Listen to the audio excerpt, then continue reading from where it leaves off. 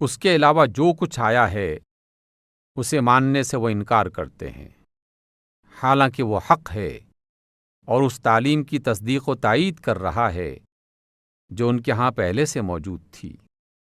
اچھا ان سے کہیے، اگر تم مومن ہو تو اس سے پہلے اللہ کے ان نبیوں کو جو خود بنی اسرائیل میں پیدا ہوئے تھے کیوں قتل کرتے رہے؟ تمہارے پاس موسیٰ کیسی کیسی روشن نشانیوں کے ساتھ آیا، اس کے بعد بھی تم بچھڑے کو معبود بنا بیٹھے۔ تم ہو ہی ظالم۔ پھر ذرا اس میثاق یعنی پختہ عہد کو یاد کرو جو طور کو تمہارے اوپر اٹھا کر ہم نے تم سے لیا تھا۔ ہم نے تاکید کی تھی کہ جو ہدایت ہم دے رہے ہیں ان کی سختی کے ساتھ پابندی کرو اور غور سے سنو۔ انہوں نے کہا، ہم نے سن لیا مگر مانیں گے نہیں۔ در حقیقت ان کے دلوں میں کفر کی وجہ سے بچھڑا ہی بسا ہوا تھا۔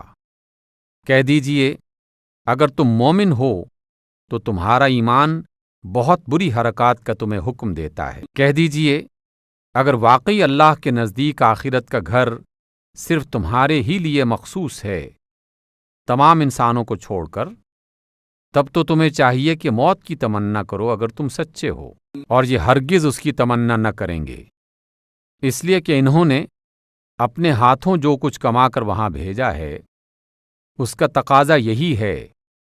اللہ ان ظالموں کے حال سے خوب واقف ہے۔ تم انہیں سب سے بڑھ کر دنیا کی زندگی کا حریص پاؤ گے، حتیٰ کہ یہ اس معاملے میں مشرکوں سے بھی بڑے ہوئے ہیں۔ ان میں سے ایک ایک شخص یہ چاہتا ہے کہ کسی طرح 1000 برس جیے، حالانکہ لمبی عمر بہرحال اسے عذاب سے تو نہیں بچا سکتی۔ جیسے کچھ اعمال یہ کر رہے ہیں اللہ تو انہیں دیکھ ہی رہا ہے۔